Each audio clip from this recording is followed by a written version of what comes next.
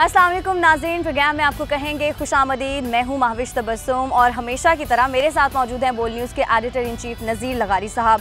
नाज़रीन, सबसे पहले तो आज ईद का दिन है, तो मेरी तरफ से, लगारी साहब की तरफ से, पूरी टीम की तरफ से आपको बहुत बहुत ईद मुबारक। तो आपको ये पता है कि हम एंकर्स किस तरह से ईद बनाते हैं, क्योंकि हमें आप हमेशा ईद वाले दिन भी टीवी पर ही देखते हैं, हम न्यूज़ पढ़ रहे होते हैं, प्रोग्राम्स कर रहे होते हैं, तो हमारी ईद कैसे गुजरती है ये तो आपको पता ही है। लेकिन हमने सोचा कि इस बार थोड़ा कुछ डिफरेंट किया जाए। हम ये देखते हैं कि पॉलिटिशियंस कैसे अपनी ईद मनाते हैं, उनकी ईद किस तरह से गुजरती है, उनकी फैमिली की ईद किस तरह से गुजरती है।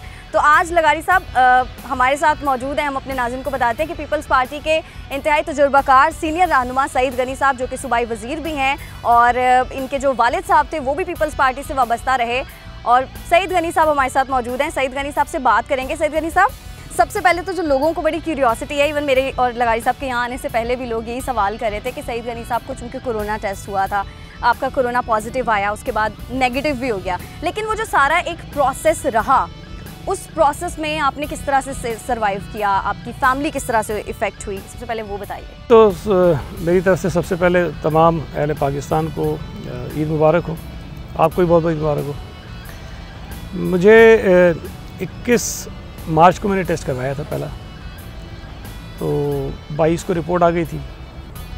फिर मैंने एक टेस्ट 22 को करवाया, उसकी रिपोर्ट फिर 23 को आई थी, तो वो दोनों पॉजिटिव थे। तो 22 को जो मैंने करवाया था उसमें मैंने बेगम का भी साथ करवाया था, महिला का भी, तो इनका नेगेटिव आ गया था, मेरा पॉजिटिव आ गया था। फिर 23 को मैंने बच्चों का भी करवाया, वालदा का भी करवाया, बाकी सबका भी करवाया। वैसे मैं तो खैर, मेरा वो पहला वीडियो क्लिप भी था, मैं तो नॉर्मल अपने आप को फील कर रहा था, मैंने बताया था, सिम्टम्स कोई नहीं थे। लेकिन सच्ची बात है, जो पहली परेशानी थी ना, जब मुझे सीएम साहब ने बताया, मेरी रिपोर्ट पहले उनको गई। तो मुझे उन्होंने बताया कि तुम्हारा पॉजिटिव, मैं हंसा, मैंने कहा जी गलत हो गया हो किसी के साथ, मुझे कोई सिम्टम्स ही नहीं है, मैं तो सवाल ही नहीं पता तो मुझे हो। मैंने कहा नहीं, बिल्कुल तुम्हें सिम्टम्स है, आप आइसोलेशन में चले जाओ और अलग रहना शुरू कर दो। डॉक्टरों ने नहीं बताया, जिन्होंने किया था उन्होंने बताया, सीएम को उन्होंने बताया। वो एक्चुअली सीएम साहब के पास, ये आपको बता दूं मैं कि सीएम साहब के पास उनके आईपैड पे जितने पेशेंट्स हैं, जितनी टेस्ट होते हैं, जितनी रिपोर्ट्स होती हैं, जितने हॉस्पिटल का डेटा है, सारा अवेलेबल होता है रोज़ाना, डेली, पहले दिन से लेकर आज तक। तो जितनी चीज़ें आती हैं उनके पास सब अवेलेबल होता है। तो ज़ाहिर है कि हमारे वैसे भी जब ये वबा शुरू हुई है तो सीएम के बारे में हमने देखा था कि रोज़ाना एक उन्होंने टाइम मुकर्रर कर दिया था कि 7 बजे तक डेली सुबह शाम को मीटिंग करनी है, और उसके बाद अभी तक एक पेशेंट भी सामने नहीं आया था। उस वक्त से कर रहे थे, उनने शुरू कर दिया था। चूँकि उनके पास रिपोर्ट्स जाती हैं, उनके आईपैड पे सारा डेटा आ जाता है, तो उन्होंने मुझे बताया कि भाई तुम्हारा पॉजिटिव आ गया है। अच्छा, उसके बाद पहला मैं यही था, तो मुझे पहला चैलेंज तो ये था कि घर पे जाके बताना। अच्छा, मैं तो नॉर्मल था, अल्लाह का शुक्र, मैं इतना घबराता भी नहीं इन चीज़ों से, लेकिन मुझे ये था कि घर जाके बताऊंगा तो एक तासुर बना हुआ पूरा हवा, एक बड़ी चीज़ के कोरोना पता नहीं क्या मुसीबत है, तो जाके घर बताना एक बहुत मुश्किल काम था। घर वालों के क्या तासुरात थे? ये सईद गनी साहब की वाइफ भी हमारे साथ मौजूद है, उनकी बेटी भी हमारे साथ मौजूद है। जब उन्हें ये पता चला कि कोरोना टेस्ट उनका पॉजिटिव आया, तो मैं पहले मैंने इनको ही बताया, मैं वाइफ से बिल्कुल, मैं भाभी से जानना चाहूँगी कि आपके क्या उस वक्त तासुरात थे? ज़ाहिर बंदा घबरा जाता है, एक वबा आई है और पॉजिटिव है, तो आपने उस वक्त क्या किया? पहले तो मैं सबको ईद मुबारक कहूँगी, और उसके बाद मैं सबका शुक्रिया अदा करूँगी जिन्होंने सईद के लिए दुआएं की, हमारी पूरी फैमिली के लिए दुआएं की। मैं इस तवस्सुल से सबको शुक्रिया कहना चाहती हूँ। अब उसके बाद मैं आपको तासुरात बताऊँगी। जैसे इन्होंने आके बताया, घर आए, तो मैं कहीं बाहर गई हुई थी, तो ये जैसे ही मैं अंदर आई रूम में, तो ये थोड़ा मुस्कुरा रहे थे, तो मैंने कहा क्या हुआ? तो कहने का कि एक बात बताऊँ। मैंने कहा बताएं। तो कहने एक मज़े की बात बताता हूँ। मैंने कहा मज़े की बात? तो मैं बड़ी वो हुई कि मज़े की बात क्या है? तो इन्होंने कहा कि हम सब ने ना टेस्ट करवाए थे कोरोना के, नासिर शाह ने और हम सब ने, इस तरह उन्होंने मुझे बताया, लेकिन उन सब के नेगेटिव आ गए, मेरा पॉजिटिव आ गया। तो जैसे इन्होंने बताया तो मुझे ऐसा फील हुआ कि मेरे पाँव के नीचे से ज़मीन निकल गई ना। मैं एकदम से शॉक, बिल्कुल खड़ी हो गई एकदम से। मैं देख रही थी कि क्या कह रहे हैं ये। तो मैंने कहा ये तो कोई मज़े की बात नहीं है, ये तो बहुत बात है, क्या किस तरह आप कह रहे हैं कि ये। तो थोड़ा मुझे फील हुआ और मैं वहीं खड़ी। मैंने कहा अब मैं भी आपके साथ ही यहीं पे खड़ी हूँ, मैं बाहर नहीं जा रही, क्या पता मुझे भी हो। तो मैं इनके साथ रूम में ही रुक गई। मैं पलट के दरवाजे की तरफ बाहर भी नहीं गई, मैं इन्हीं के साथ रूम में रुक गई। फिर नेक्स्ट डे जो है मॉर्निंग में फिर हमारा टेस्ट इन्होंने करवाया, मेरा करवाया टेस्ट, तो हम दोनों का दोबारा से इन्होंने कहा चलो दोबारा करवाते हैं, दोबारा टेस्ट करवाया तो इनका फिर पॉजिटिव आया, मेरा नेगेटिव आया। अच्छा, अभी तो आपने बेनज़ीर ने क्या महसूस किया? आपको जब इतला मिली बेनज़ीर, आपको पता चला कि बाबा को जो है कोरोना का टेस्ट पॉजिटिव आया है, मुझे मम्मा ने ऊपर बुलाया और फिर उन्होंने मतलब बताया कि ना ऐसे थोड़ा सा दरवाज़ा खुला और बताया कि ना बाबा के कोरोना का टेस्ट पॉजिटिव है। मैं उधर ही मेरे आंखों से आंसू निकल गए, मैंने कहा है ये क्या हो गया। फिर मम्मा ने बोला कि किसी को बताना नहीं, तो मैं खामोश गई, नीचे बैठी, तो उन्होंने पूछा कि क्या हो, मैंने कहा कुछ नहीं। फिर थोड़ी देर के बाद खुद ही न्यूज़ चल गई और फिर वो भी खुद हो गए सर। अच्छा, नहीं मतलब ये कि मुझे भी हुआ था और मैं भी इतनी दुआएं करी थी, जैसे ही मतलब अचानक से पता चला तो शौक होता है बंदा ना, तो वैसे हो गई। अच्छा, बेनज़ीर का नाम बड़ा इंटरेस्टिंग है, इस नाम के पीछे ये ज़ाहिरा बेनज़ीर साहिबा की अकीदत में रखा गया, आपको अपना नाम पसंद है? मुझे तो बहुत पसंद है। तो ये किसने रखा था नाम? ये मेरा नाम मम्मा पापा ने रखा था, और ये इसीलिए रखा था क्योंकि जब बीबी पहली बार आई थी कराची और अक्टूबर का जो हुआ था हादसा, तो तब वहाँ पे उनकी ट्रक के साथ ही मैं तो बहुत छोटी सी थी, मतलब मम्मा की गोद में थी, तो तब जब वो बॉम्ब ब्लास्ट हुआ था ना, तो तब मैं वहाँ पे थी, तो फिर इसी वजह से उस शहादत के बाद वाक़े के बाद मम्मा ने नाम चेंज अच्छा किया है। नहीं, एक बात हम कहते हैं, आपने ज़िंदगी में बहुत सी ईदें देखी हैं, जिस ईद पर आप बहुत ज़्यादा खुश हुए, आपको याद है कोई ऐसी ईद जब आपने बहुत ज़्यादा फील किया हो कि मैं बहुत खुश हूँ आज? अच्छा, वह सच्ची बात है, हमारी ईद ये तो चले मुख्तलिफ है, ये कोरोना की वजह से ज़ाहिर है मिलना मिलाना नहीं रहा, वरना जब वालिद साहब थे हयात तो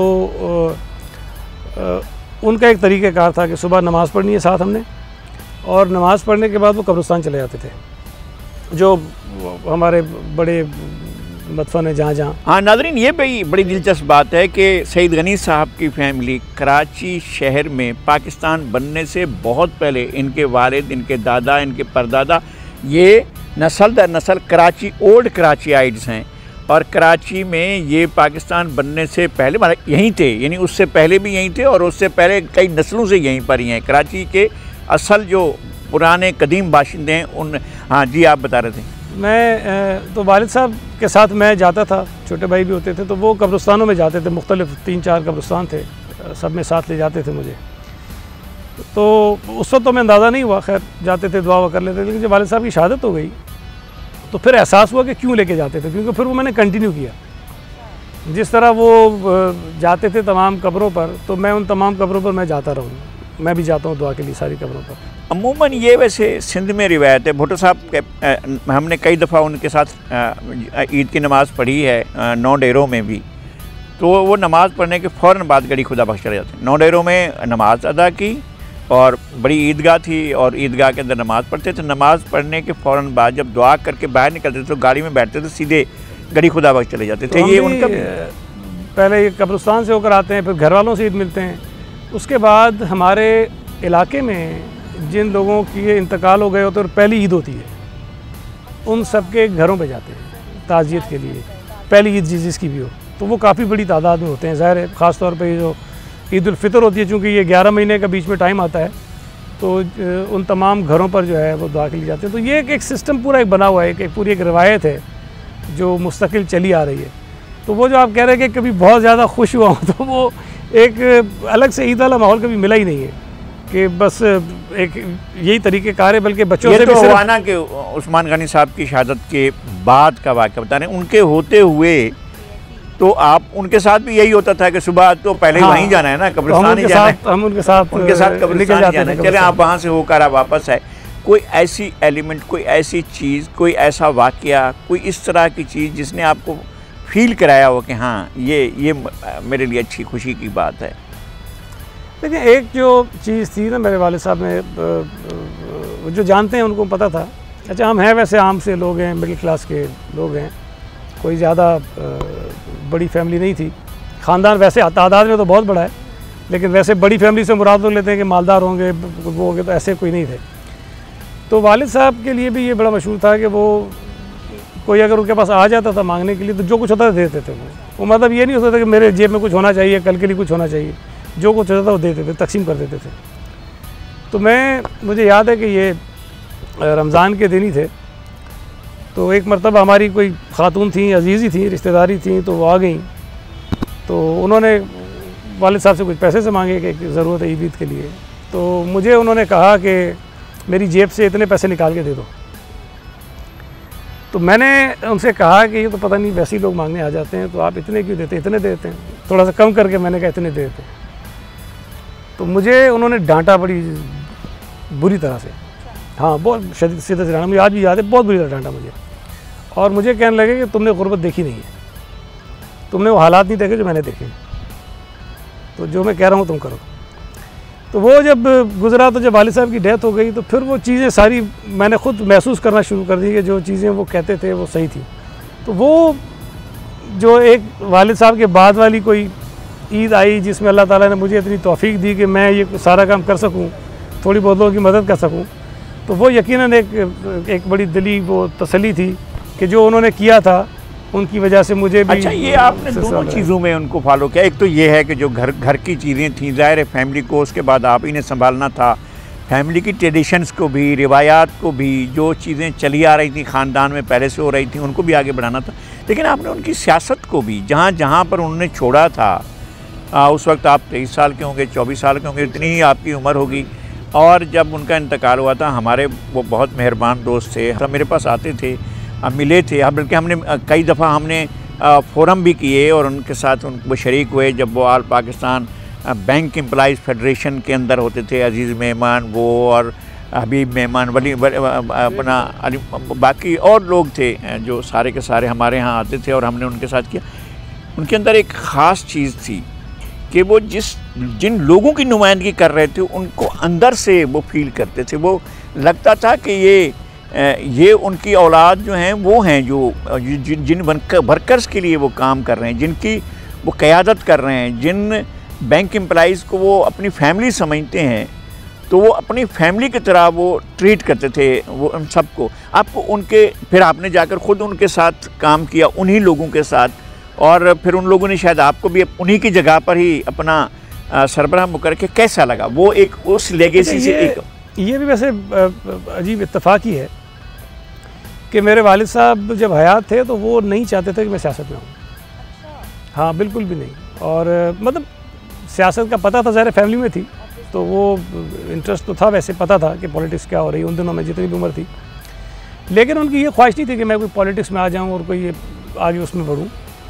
उनका ये ख्याल था कि मैं सिविल सर्विस में चला जाऊँ। तो मैं उसकी तैयारी भी करता था, CSS की भी। फिर या उनका ये था कि मैं फ़ौज में चला जाऊँ, ISSB का जाके एग्ज़ाम दे दूँ तो वो मैं जाके काम कर लूँ। तो वो इस तरह सोच रहे थे। मैं बैंक में भी इत्तेफाक से मैंने नौकरी कर ली। वो एग्ज़ाम्स हमारे हुए थे, फिर मैंने लॉ में एडमिशन ले ली। तो उन्होंने कहा कि तुम जाके जो है वो बैंक में नौकरी आई हुई थी, तुम अप्लाई कर लो। मैंने कर दिया अप्लाई। तो वो नौकरी भी मैंने कर ली। तो कभी हमसे पैसे भी नहीं मांगे, जो तनख्वाह आती थी अपने ऊपर ही खर्च करते थे, कभी घर में भी नहीं दिए उस वक्त। तो ये जब वालिद साहब की शहादत हो गई तो उसके बाद ज़ाहिर है कि एक बड़ी अजीब सी सूरत हाल थी। जैसे मैंने बताया कि आम सा ख़ानदान था, तो ये तो हमें था नहीं कि वालिद साहब चले गए तो अब सब कुछ चीज़ें सेटल हैं। हर चीज़ डिस्टर्ब थी हमारी कि मतलब पहला जो पहली जो सोच आई थी वो ये थी कि अब हमारे घर का होगा क्या, मतलब ये घर चलेगा कैसे, क्योंकि वो एक ही चलाते थे पूरे घर को, फैमिली भी बड़ी थी। तो वो जब ये अचानक शहादत हुई तो फिर ये ख्याल है कि यार इनको क्यों मारा गया है। मतलब कोई ज़ाती दुश्मनी नहीं थी, कोई किसी से ज़मीन का झगड़ा नहीं, कोई जायदाद का झगड़ा नहीं, कोई ऐसी चीज़ नहीं थी। तो ये था कि अगर मारा गया है तो ये किसी के लिए ज़ाहिर है कि जिस रास्ते पे चल रहे थे किसी के लिए हर्डल थे, ये मुश्किल किसी को हो रही थी। तो मैंने ये सोचा कि नहीं, जिन्होंने मारा है उनको ये नहीं होना चाहिए कि हर्डल हट गई हमारे रास्ते से। अगर कोई प्रॉब्लम है तो मुझे वो कंटिन्यू करनी चाहिए और उसी तरह से करनी चाहिए।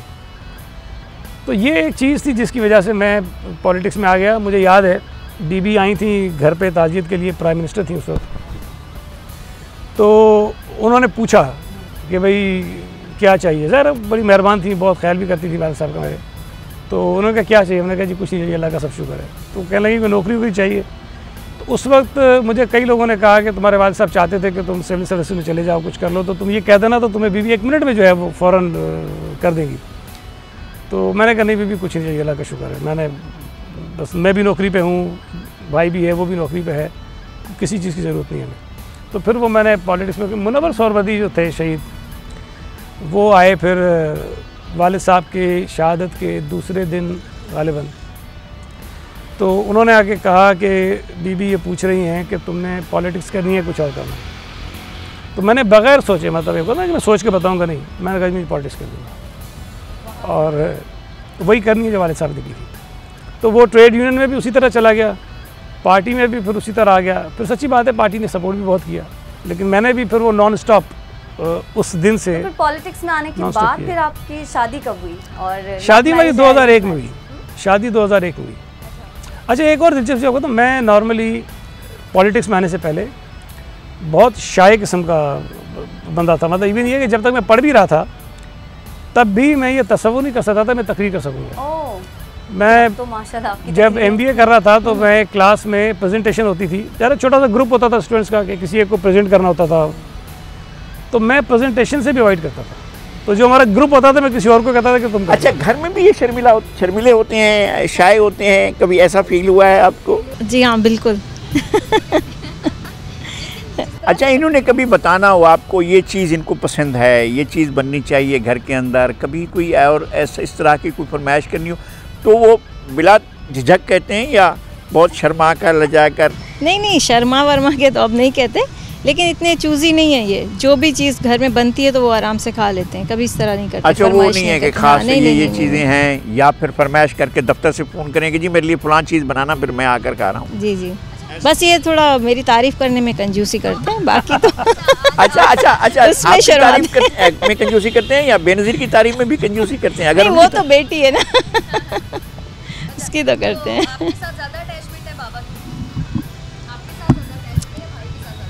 भाई के साथ थोड़ी ज़्यादा है, मेरे साथ भी है लेकिन भाई के साथ थोड़ी ज़्यादा पर्सनली। तो अच्छा, आप भी ज़ाहिर है आप एक पॉलिटिशियन की बेटी हैं, तो आप भी बाबा से उसी तरह ईदी मांगती हैं जैसे आम बच्चे मांगते हैं, या फिर ईदी मांगने का कोई कॉन्सेप्ट? नहीं, मैं तो बेझिझक मांगती हूँ, दें मेरी ईदी, मुझे दें। तो आज ईदी मिली है आपको? आज अभी मांगूंगी इसके बाद। अच्छा, शॉपिंग वगैरह का किस तरह से होता है? आप जाती हैं, इनके साथ जाती हैं शॉपिंग करने, या आप लोग शॉपिंग? नहीं जी, ये तो पॉसिबल ही नहीं कि इनके साथ कभी जाएं। ये तो कोरोना की वजह से, ये रमज़ान जो आया था उसमें हमने रोज़े साथ खोले। अच्छा, वरना तो बिल्कुल भी नहीं। और शॉपिंग का तो कभी सवाल ही नहीं पैदा करता कि इनके साथ जाके हम कभी शॉपिंग जाए। बाकी आउट ऑफ कंट्री जाते हैं तो फिर वहाँ जाके हम लोग शॉपिंग वगैरह साथ कर सकते हैं, बाकी यहाँ पे कहाँ गए आउट ऑफ कंट्री आप साथ? हम लोग अमेरिका गए हैं, लंदन गए हैं, मतलब यूरोप, लंदन गए हैं, UK। अच्छा, UK गए? हाँ, यूरोप का टूर किया है। UK कहाँ गए? लंदन में या लंदन से बाहर भी? नहीं, लंदन में, लंदन से बाहर नॉर्वे वगैरह भी गए हम लोग, यूरोप का जो टूर था उसमें। और इसमें अपना यूरोप के कौन से शहरों में गए, कौन कौन से मुल्कों में गए? हम लोग पेरिस गए, नॉर्वे गए और फ्रांस गए थे, डिज्नीलैंड। जो पेरिस में कौन सी चीज़ अच्छी लगी आपको? ये तो ये बताएंगे इनको, डिज्नीलैंड है। डिज्नीलैंड अच्छा लगा? डिज्नीलैंड में कौन सी चीज़ अच्छी लगी? हम लोग तो तब बहुत छोटे थे, अभी इतना भूतों वाला वो जो भूत बंगला जो है जहाँ से वो लगते हैं, वो अच्छा लगा? वो अच्छा लगा? डर नहीं लगा आप? हाँ, जो हाउंटिंग हाउस था। हाँ, मैं तब इतना नहीं डरती थी, अभी डरती हूँ। अच्छा, उस वक्त नहीं डरी थी? नहीं। अच्छा, वो जो बाद में वो होता दिखाते हैं, जो बनता है, वो जो इसमें स्पेस में वो बनाकर एक धुआं करके उसके ऊपर जो है वो पूरी की पूरी मूवीज़ की तरह चलाते हैं, वो कैसा लगा था? मूवीज़, हाँ, वो तो काफ़ी देखी हैं, वो तो अच्छी है। अच्छा, ऑरलैंडो वाला वो अच्छा, वो जो एक रिवोल्यूशन की हिस्ट्री जो बताते हैं वहाँ से कि फ्रेंच रिवोल्यूशन कैसे आया है और वहाँ से पूरे का पूरा प्रोसेस लेकर चल रहे होते, उसको देखा आपने कभी? अच्छा, वो लंदन वाला तो हमें याद नहीं है, हम लोग तो बहुत छोटे थे, लेकिन अभी अमेरिका गए ना तो ऑरलैंडो का याद है हमें। उसमें भी यही तकरीबन सारी चीजें। ऑरलैंडो का डिज्नीलैंड कैसा लगा? वो अच्छा था। वो उसका पेरिस के डिज्नीलैंड से अच्छा था? आई गेस नहीं, पेरिस का ज़्यादा अच्छा था। एक्चुअली उसकी वजह एक शायद ये है कि पेरिस हम गए थे सर्दियों में, तो वहाँ इतना क्राउड नहीं होता। अमेरिका जब गए थे ऑरलैंडो में तो ऐसे ही वेदर जो कराची का, तो वहाँ क्राउड बहुत था, तो वो जब क्राउडेड होता है तो फिर आप एंजॉय शायद कम करते हैं, तो अमेरिका में शायद क्राउड की वजह से। अच्छा, बेनज़ीर बड़े होकर क्या बनना है? बाबा की तरह? बाबा की तरह पॉलिटिशियन। बेनज़ीर भुट्टो साहिबा की तरह बेनज़ीर बनेंगी? कोशिश तो वही है, लेकिन उनकी तरह तो कोई बन शौक नहीं है वैसे पॉलिटिक्स में आने का? जैसे होता है ना बंदा बचपन में सोचता है ये बनेगा और बाद में, जैसे बाबा ने आपके बताया कि वो पहले नहीं सोचते थे कि वो पॉलिटिक्स में आएंगे। नहीं, आपका हम मैं शुरू से अभी से plan ही है? सोच के बैठी अगर हूँ। आपको कहा जाए कि आप आपके बाबा पाकिस्तान पीपल्स पार्टी से हैं, पीपल्स पार्टी की जो अच्छी बात आपको लगती है वो कौन सी है? अच्छी बात कि ये प्रिटेंड नहीं करते और ज़्यादा शो ऑफ वाली वही जो बात वही नहीं करते, और ये अच्छी बात है कि मेरे बाबा अच्छे हैं इसमें। सर, अच्छा जो कभी कभी ऐसा भी होता होगा ना कि कुछ चीज़ आपको ख़राब लगी है? ख़राब लगी है पीपल्स पार्टी के बारे में? या बाबा के बारे में आपको लगता है? नहीं, और ये बाबा के करना बारे में चाहिए नहीं, था? किसी और के बारे में आप बात कर लें तो उनका मैं बता देती हूँ। बाबा के बारे में कोई नहीं। बाबा के बारे में कुछ नहीं। बाबा जो कर रहे हैं वो आपको लगता है सही है? बिल्कुल सही है, बाबा मतलब सबकी बेहतरी के लिए कर रहे हैं। वैसे भाभी आप बताएं, पॉलिटिशियन की आप वाइफ हैं तो कैसा फील होता है? बहुत बिजी लाइफ नहीं होती पॉलिटिशियंस की, तो फैमिली के लिए ज़ाहिर है उस तरह से तो टाइम नहीं निकल पाता होगा। तो कभी ऐसा हुआ है कि इस चीज़ ने आपको तंग किया हो, आप इरिटेट हुई हो इस चीज़ की वजह से? बल्कि ये कहें कि दुखी हुई हूँ। हर्ट हुई हो? हर्ट हुई हूँ। अच्छा, काफ़ी हर्ट हाँ। होती हैं, क्योंकि हम लोग फील बहुत ज़्यादा करते हैं ना। अब जैसे शॉपिंग वगैरह होती है, कभी हम लोग जाते हैं, दूसरी फैमिलीज़ को मैं देखती हूँ और मैं अकेली होती हूँ या बच्चों के साथ होती हूँ, तो वो फील चीज़ होता है। आपको फील होती है? फील होती है। या हॉस्पिटल्स जाते हैं तो सबके हस्बैंड और वाइफ होते हैं और मैं अकेली होती हूँ। ख़ासतौर पे प्रेगनेंसी के दिनों में हॉस्पिटल जाती थी तो अकेली, तो बहुत ज़्यादा। या कभी कभी मैं सोचती थी, जैसे इस्लामाबाद में मैं अकेली, मुझे छोड़ के जाते थे, मैं अकेले रहती थी, तो काफ़ी मैं रोती भी थी कि यार ये क्या हमारी ज़िंदगी में, अकेली रहती हूँ यहाँ पे, ये अपने कामों में बिज़ी होते हैं, इनके पास टाइम नहीं होता। तो आप लोगों की तो बहुत कज़न ज़्यादा। मैरिज है ना वैसे?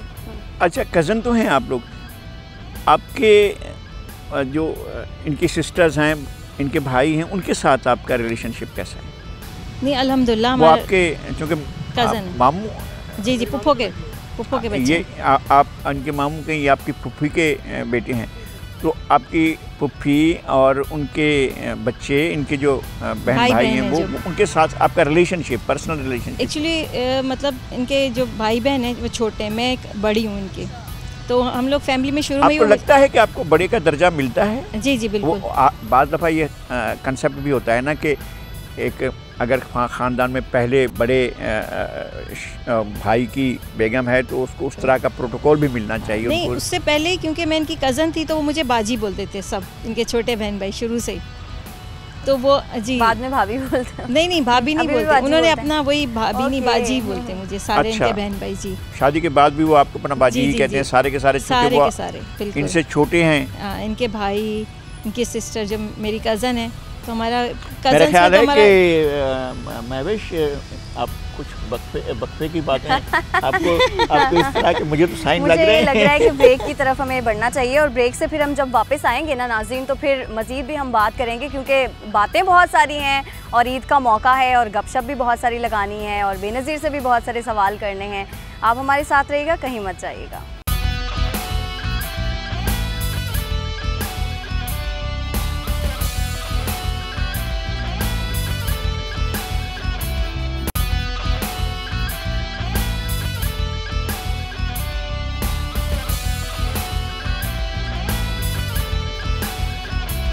वेलकम बैक नाज़रीन, हमारे साथ मौजूद हैं सईद गनी साहब, उनकी मिसेज़ नाइला भाभी साहिबा और उनकी बेटी बेनज़ीर। तो बातों का सिलसिला तो जारी है।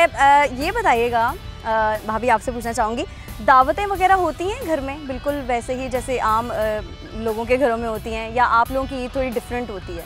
नहीं, हमारी ईद थोड़ी डिफरेंट होती है, क्योंकि हम ईद के दिन जो होता है इनके साथ मिलने आते हैं लोग, तो कंटिन्यू लोग आते रहते हैं सुबह से, तो घर पे ही, हमारे घर पे ही ईद का फर्स्ट डे तो हमारा काफ़ी बिजी जाता है कि लोगों का मिलना जुलना इस तरह रहता है। फिर उसके बाद फिर दावतें, इसके ईद के मतलब थर्ड डे से हमारी दावतें फिर शुरू होती हैं। सही, यानी आप लोग जाते हैं लोगों के घरों? अच्छा, ये तो अपनी ट्रेडिशन के मुताबिक पहले तो चनेसर गोट या कौन जहाँ जाना होगा कब्रिस्तानों की तरफ जाएंगे और फिर वहाँ होकर फातिहा खाने के बाद फिर आकर घर में। आप कहाँ अपना घर से उसमें ससुराल में, अपने मैके में किस तरफ को आप जाती हैं? नहीं, मैं ससुराल में ही होती हूँ, क्योंकि ईद के दिन मैं बता रही हूँ ना, फर्स्ट डे हम लोग काफ़ी बिजी होते हैं, इनके घर पे ही होते हैं, तो सारे दिन लोग आते रहते हैं, मिलना जुलना इनके साथ होता है। तो वो पार्टी के लोग आते हैं या नहीं, हल्के के लोग आते हैं, हल्के के लोग होते हैं, तो वो मिलने आते हैं हम लोगों से, तो सारा दिन वो उनके साथ ही मिलना, कहीं जाने का तो सोच ही नहीं सकते ईद के दिन। एक तो ये कि फैमिली वहाँ है जी, और फैमिली के रूट्स वहाँ पर हैं, चूँकि बिल्कुल। बड़ी फैमिली है तो पूरा एक इलाका है बहुत बड़ा, है, उसमें बिल्कुल। लोग हैं।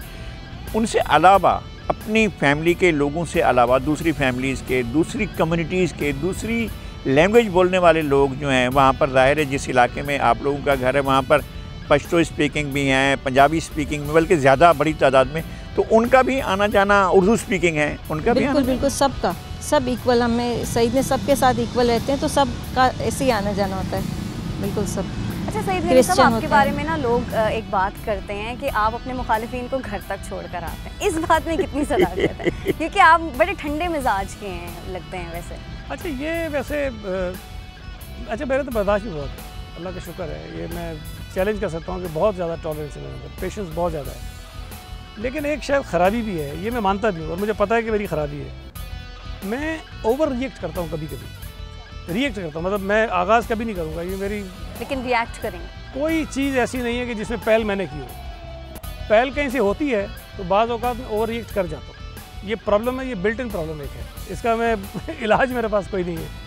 तो जब कोई बहुत ज़्यादा हो और ख़ास तौर पे जब कोई झूठ बोलता अच्छा, जो ओवर रिएक्शन होता है आपका, एक तो ये कि कौन कौन से वाक़यात ऐसे याद आते हैं जब आपको लगता है यार मैंने उसके साथ तो ओवर रिएक्ट किया था, ऐसा नहीं करना चाहिए था। अच्छा, जब आप रीथिंक करते हैं तो फिर आप सेंटेंसेस की तरफ जाते हैं, यार बस ठीक हुआ है, ये मैंने ज़्यादा कर लिया था? नहीं, मिसाल के तरफ मैं रिसेंटली आपको दे दूँ, अभी एक चैनल के साथ इशू हो गया, ठीक है, मैंने वो चैनल पे बात कर ली, ज़ाहिर एंकर्स थे, कुछ थे, मैंने कर ली बात, मैंने कुछ घंटों बाद उस एंकर को खुद फ़ोन किया, मैंने कहा मेरा तुम्हारा पर्सनल तुम्हारे साथ कोई इशू नहीं है, ये मत सोचना कि मैं तुम्हारे साथ लड़ा हूँ, मेरा मसला कोई और था, ठीक है ना, जो होता हुआ मैं कर चुका हूँ, तुम्हारे साथ मेरा झगड़ा नहीं है।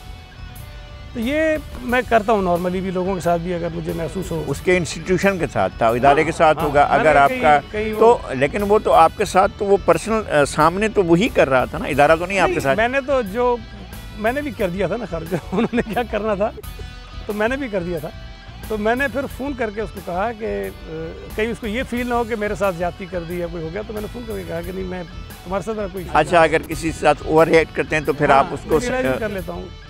तो पर्सनल लाइफ में भी ऐसा है कि ये सर ओवर रिएक्ट कर जाते हैं? नहीं नहीं नहीं, नहीं? बिल्कुल नहीं, बिल्कुल भी नहीं, cool पर्सनल रहते लाइफ हैं। में इज डिफरेंट। डिफरेंट। मुझे तो नहीं, मैं बता रहा हूँ, एक तो झूठ बोलने पे बड़ी चिढ़ है। मैं ये जितने दोस्त मेरे साथ वर्कर्स हैं, आते हैं जाते हैं बैठते हैं, अच्छा मैं इलाके में भी मुझे सब भाई कहते हैं या भाईजान कहते हैं, कोई वो सर्वर वाली कहानी नहीं मेरे साथ, जितना भी जो वर्कर होगा जो इलाके का होगा भाईजान मशहूर है या मुझे सईद भाई कहते हैं सब।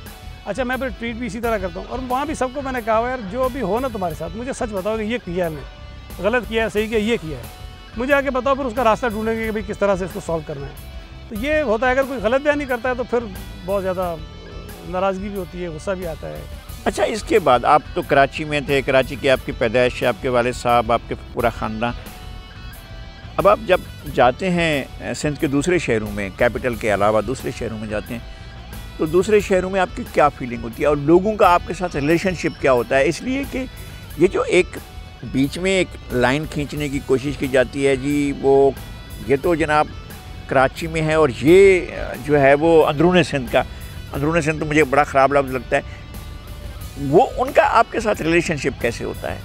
अच्छा, एक तो मैं आपने तो बताया हमें, लेकिन कराची में हम कब से हैं हमें कुछ नहीं पता। अभी एक आखिरी जो डॉक्यूमेंट मैंने ट्वीट भी किया था, वो मेरे वालिद साहब के परदादा का एक है पासपोर्ट, उनकी जो डेट ऑफ बर्थ है वो 1891 है, वो कराची लिखी हुई है। 1891 में कराची की पैदाइश है उनकी और वो अपने भाइयों में सबसे छोटे थे। मतलब ये कि अगर उनके और बड़े भाइयों में आप जाएंगे तो वो कराची में पैदा पहले के होंगे, तो वो 1800 से पता नहीं कब आप चले जाएँ। अच्छा, दूसरी चीज़ ये कि हमारा कोई रिश्तेदार दादा की तरफ का कराची से बाहर नहीं मिला मुझे। अच्छा, कराची से बाहर दादा की रिश्तेदारी कहीं नहीं है। अच्छा, अब मतलब पता नहीं कितने सौ साल में हो गए हैं कि कोई रिश्तेदारी बाहर नहीं है। दादी की रिश्तेदारियां हैं, बाकी नाना की नानी की इनकी हैं, वो सिंध के दूसरे शहर हाँ, में। दादी की रिश्तेदारी मेरी थाना बुला खान में भी है और दादी की रिश्तेदारी डिस्ट्रिक्ट ठट्टा में भी है। ठट्टा में, गुज्जो में, गारो में, साकरों में, इधर उनके रिश्तेदार हैं। तो वो भी क्लेम करते हैं कि यहाँ से है, थाना बुला खान वाले क्लेम करते हैं कि मैं वहाँ से हूँ, लेकिन एक्चुअली दादा की रिश्तेदारी कहीं से नहीं है। तो वो कराची से, मैं शायद, हम पता नहीं, हो सकता है कितने 100 साल हो गए हैं इधर हैं। ये एक इलाका है कराची में, पुराना तो है, अब नाम तो शायद लोगों को भूल गया होगा, हाजी पंजू विलेज।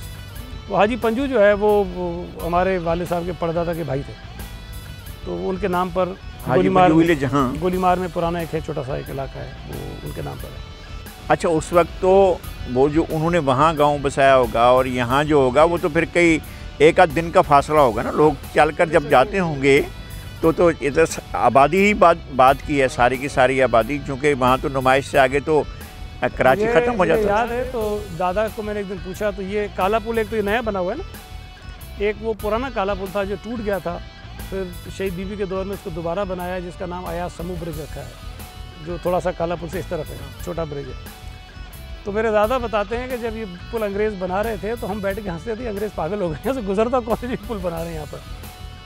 वो रेलवे ट्रैक के ऊपर ब्रिज बनाया था अंग्रेज़ों ने। तो ये मुझे दादा ने बताया कि हम बड़े परेशान थे कि अंग्रेज़ों को हो गया। यानी यू रिमेंबर योर दादा, आपको अपने दादा? तो मुझे दादा के तो डेथ वालिद साहब के बाद हुई है। हाँ, मेरे दादा की डेथ, दादी की डेथ दोनों की वालिद साहब के बाद हुई है। अच्छा, जी, अच्छा, ये तो उन्होंने एक बड़ा सदमा खुद देखा है। दादी ने भी, वैसे दादा तो क्योंकि बड़े मेहनती आदमी रहे अपने दौर में, तो फिट थे, बड़े अच्छे खासे फुटपाथ रहे, लेकिन वालिद साहब के बाद वो बेचारे फिर उनकी सेहत गिरना शुरू हो गई। आपके और चचा? एक ही चचा हैं, बाकी कज़न्स हैं वालिद साहब के बहुत, वो सारे साथ ही रहते हैं, सारे इकट्ठे। अच्छा, तो मैं नाइला भाभी से ज़रा पूछना ही चाह रही थी, आप जब हमारी ऑफ कैमरा बात हो रही थी तो आपने मुझे बताया कि सईद गनी साहब को आप सिंपल पसंद हैं, तो आज तो माशाल्लाह आप बड़ी अच्छी तैयार हुई हुई हैं, तो ये आपकी अपनी चॉइस है?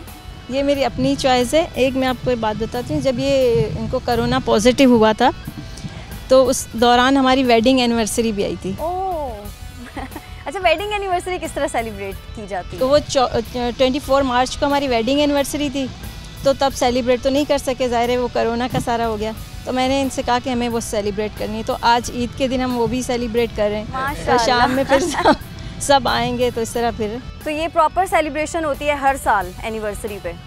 हर साल तो नहीं, लेकिन तो कोई नहीं होती, बस ऐसे ही हो जाती है। याद रहता है। आप क्या विश करती हैं बाबा को, मम्मा को, किस तरह कहती हैं आप जब आप उनकी वेडिंग सेरेमनी पर आप क्या किस तरह थे? ये लोग तो करते ही नहीं है, मैं ही ज़बरदस्ती इनसे केक कहती हूँ कि बाबा आपको लेना है केक, और फिर मैं घर जाके सब कुछ डेकोरेट वगैरह मैं खुद करती हूँ, और फिर मैं ऐसे कहती हूँ बैठे आप केक काटें। अच्छा, तो मतलब आप वैसे जब बेटियां बड़ी होती हैं ना, मेरी भी बेटी बड़ी है, तो वो घर को डिक्टेट कर रही होती हैं, माँ को भी, बाप को भी, सबको जो है वो ऊपर से ऐसा लगता है। आपको ऐसा लगता है कि आपको डिक्टेट कर रही है कभी? नहीं, डिक्टेट तो नहीं करती, लेकिन ये बर्थडे वगैरह में ये कर लेती है, मतलब। अच्छा, आपकी अटैचमेंट वैसे किससे है ज़्यादा, मामा से या बाबा? मामा से। मामा से? लेकिन बाबा इतना होते नहीं है तो इसीलिए नहीं है, लेकिन मामा हर वक्त साथ होती हैं तो इसीलिए उनसे वैसे ज़्यादा। बाबा स्ट्रिक्ट है? इतने नहीं है, इतने नहीं है, मेरे साथ इतने नहीं है, लेकिन भाई के साथ हैं। भाई के साथ ज़्यादा है। तो वैसे जो स्ट्रिक्टनेस होती है वो किस मामले में ज़्यादा होती है? पढ़ाई के मामले में होती है, और बस। हाँ, और फ़ोन यूज़ नहीं करो इतना ज़्यादा, और पढ़ो। वैसे डांट पड़ती है बाबा से? नहीं, बाबा से डांट नहीं पड़ती, मम्मा से पड़ती है थोड़ी कभी-कभी। मामा के साथ अटैचमेंट भी ज़्यादा है और डांट भी ज़्यादा उन्हीं से पड़ती है? मुझे नहीं पड़ती इतनी डांट, ना डांट पड़ती है ना मार पड़ती है। क्यों? इसको मैं लाडली हूँ ना। आप स्पेशल हैं या आपका नाम स्पेशल है? मैं स्पेशल हूँ, फिर मेरा नाम स्पेशल है। नहीं, तो आप आई थिंक सेकंड नंबर पर है ना?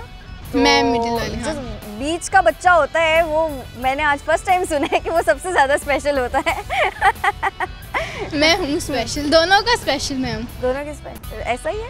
बच्चे तो एक जैसे ही होते हैं, बच्चे एक जैसे लगते हैं, लेकिन पढ़ाई पे थोड़ी सी मैं ज़्यादा करता हूँ फोकस।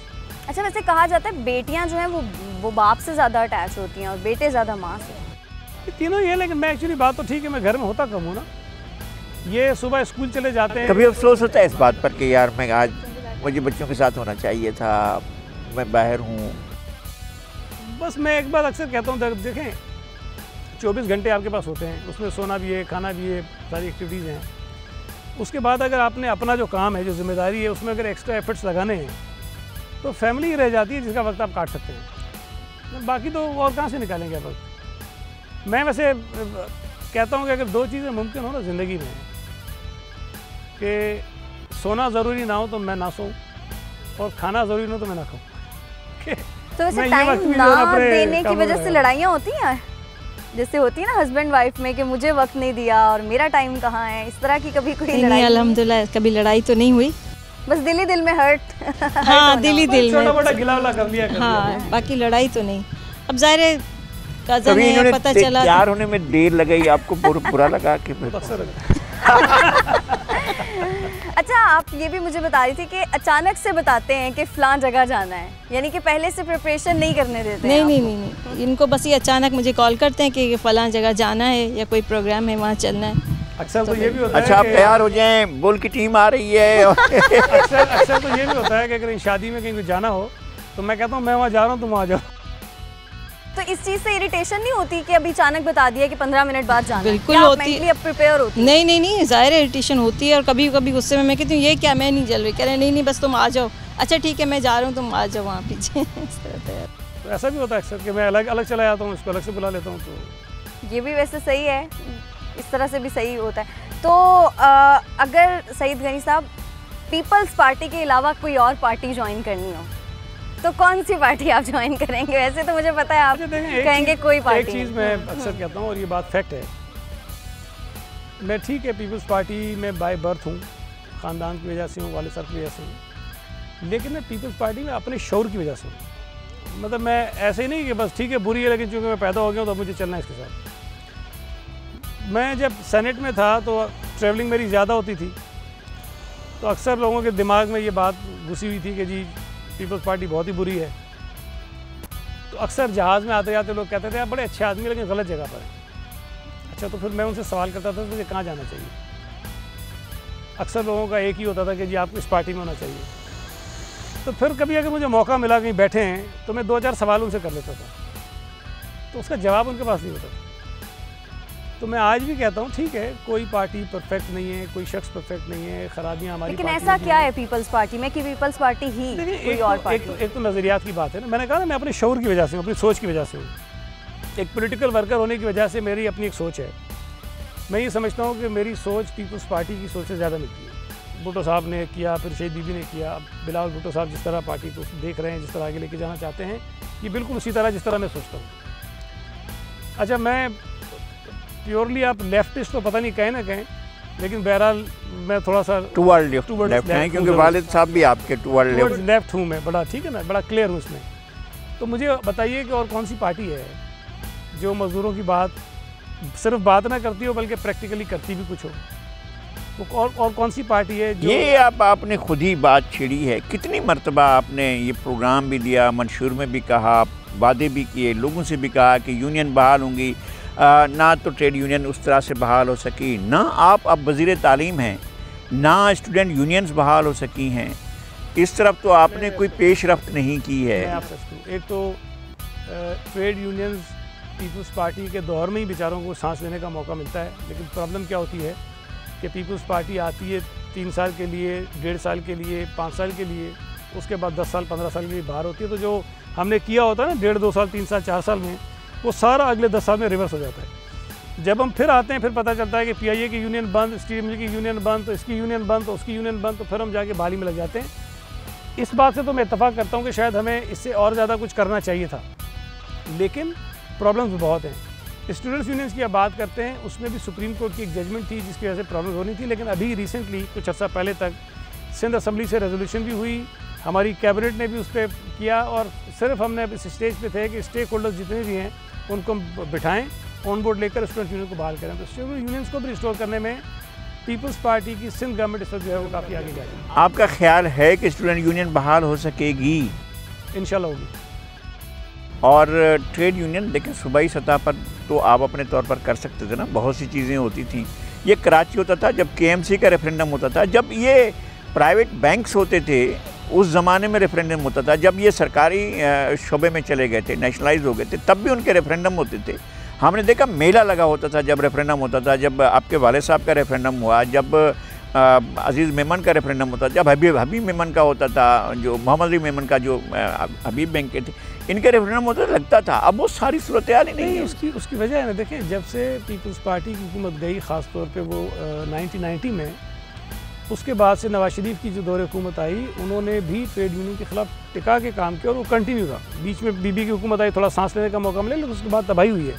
देखिए इसमें एक चीज़ समझनी चाहिए, और मैं ये बात बड़े अफसोस के साथ मुझे कहना पड़ता है कि ट्रेड यूनियन एक वाहिद ऐसी चीज़ है जिसकी आइन भी आपको इजाज़त देता है, जिसके कवानीन के तहत भी आपको इजाज़त है, लेकिन माशरे में बुरा समझा जाता है।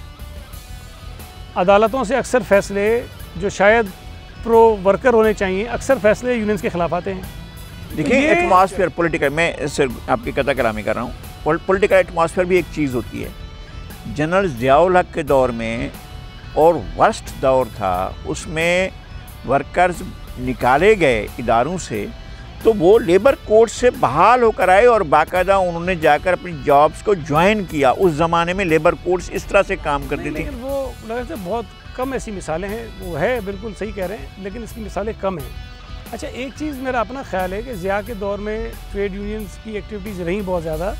इवन ये कि पॉलिटिकल पार्टीज़ तो बैन थी, वो काम नहीं कर सकती थी, तो जो पॉलिटिकल एक्टिविटीज़ ख़ासतौर पर कराची की जो मुझे पता है वो ये ट्रेड यूनियन ही करती थी और बैंक्स की ट्रेड ज़्यादा लीड करती थी। लेकिन उसके बाद एक माइंडसेट था, ये जो प्राइवेटाइजेशन वाला सिलसिला शुरू हुआ, उसमें एक बाकायदा मनसूबाबंदी के तहत ट्रेड यूनियंस को ख़त्म किया गया है, मनसूबाबंदी के तहत, जिसमें बहुत सारे इदारे भी शामिल हैं, पार्लियामेंट्स भी हमारी शामिल रही, बहुत सारी चीज़ें हुई, उसकी वजह से ख़राब हो गया।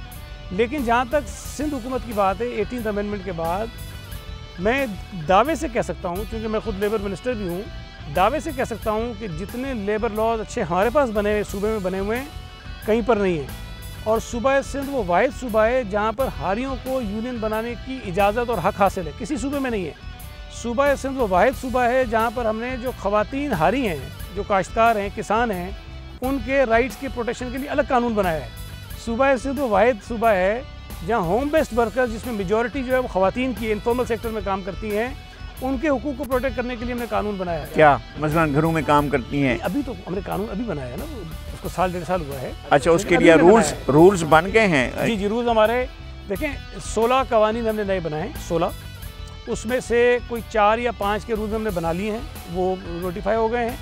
हम बाकी हमारे लॉ डिपार्टमेंट में वेटिंग के लिए पड़े हैं, लेकिन हम उस पर बहुत तेज़ी से काम कर रहे हैं। और मैं आपको एक बात बता दूँ, जो एक और प्रोजेक्ट हम कर रहे हैं, जो यूनिवर्सलाइजेशन ऑफ सोशल सिक्योरिटी है, जिसमें हम इनफॉर्मल सेक्टर में काम करने वाले हर मजदूर को रजिस्टर कर रहे हैं और वो स्मार्ट कार्ड उसको दे रहे हैं। जिस तरह का हमारा ये CNIC होता है ना, स्मार्ट कार्ड जो है, इसी तरह का जिसमें चिप लगी हुई है और 28 उसके अंदर जो है मुख्तलिफ उसके अंदर चीज़ें जो उसको यूज़ वो उसके लिए ATM कार्ड भी होगा और उसकी बुनियाद पर उसके बच्चों को उसको हेल्थ की फैसिलिटीज़ मिलेंगी, एजुकेशन की फैसिलिटीज़ मिलेंगी। बस सर एक लास्ट क्वेश्चन मेरा, क्योंकि टाइम बिल्कुल ख़त्म हो गया है। सर, कभी ऐसा हुआ है कि आपकी ज़मीर की आवाज़ कुछ और पार्टी की आवाज़ कुछ और?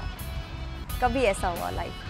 देखिए, बहुत सारी चीज़ें होती हैं कि आप डिसएग्री करते हैं, लेकिन मैं आपको बताऊँ, पीपल्स पार्टी की जो आप चीज़ें पूछ रही थी, एक खूबी ये भी है कि मैं अक्सर कहता हूँ कि देखिए, मैं अगर मुझे इतनी आज़ादी है कि मैं अपनी लीडरशिप के सामने अपना मौक़िफ़ रख देता हूँ, तो ये भी उनकी वजह से है।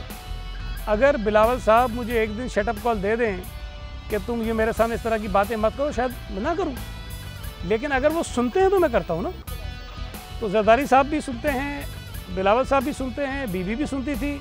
तो ये एक बहुत बड़ा फ़र्क है दीगर पार्टियों में। अपना मौक़िफ़ हम रखते हैं पार्टी के सामने, ज़रूरी नहीं है कि मेरा मौक़िफ़ ही दुरुस्त हो सकता है कि मैं गलत भी हूँ, लेकिन एक मेरी राय है, हो सकता है लोग इससे डिसएग्री करें। मैं ये समझता हूँ कि जो लीडर जिस सतह पे होता है ना, चीज़ों को देखने की जो सलाहियत है उसकी उतनी ज़्यादा होती है। मैं जहाँ से चीज़ों को देख रहा होता हूँ, पार्टी की जो लीडरशिप है वो मुझसे ज़्यादा बड़ी नज़र से चीज़ों को देख रही होती है। तो मेरा जो भी मशवरा होता है, मेरा ओपिनियन होता है, वो मेरी राय के मुताबिक, मेरा जो विज़डम होता है उसके मुताबिक होता है। लीडरशिप का विज़डम ज़्यादा होता है। तो जब तक आप अपने लीडर के विज़डम को ज़्यादा नहीं मानेंगे, तब तक आप किसी को लीडर नहीं मान सकते। नहीं, ठीक है। बहुत शुक्रिया आपका सईद गनी साहब, भाभी आपका भी बहुत शुक्रिया, और बेनज़ीर आपका भी बहुत शुक्रिया। नाज़रीन, आज चूँकि ईद का शो था और सईद गनी साहब की फैमिली के साथ हमने किया, आप लोग लाजमी जानना चाहते हैं क्योंकि कि पॉलिटिशियंस की आखिर लाइफ कैसी होती है और वो ईद किस तरह से मनाते हैं। तो आज सईद गनी साहब की फैमिली से मिलकर आपको यकीनन अंदाज़ा हो गया होगा कि पॉलिटिशियंस कितने बिजी होते हैं। तो आज के प्रोग्राम से इतना ही, हमें इजाज़त दीजिए।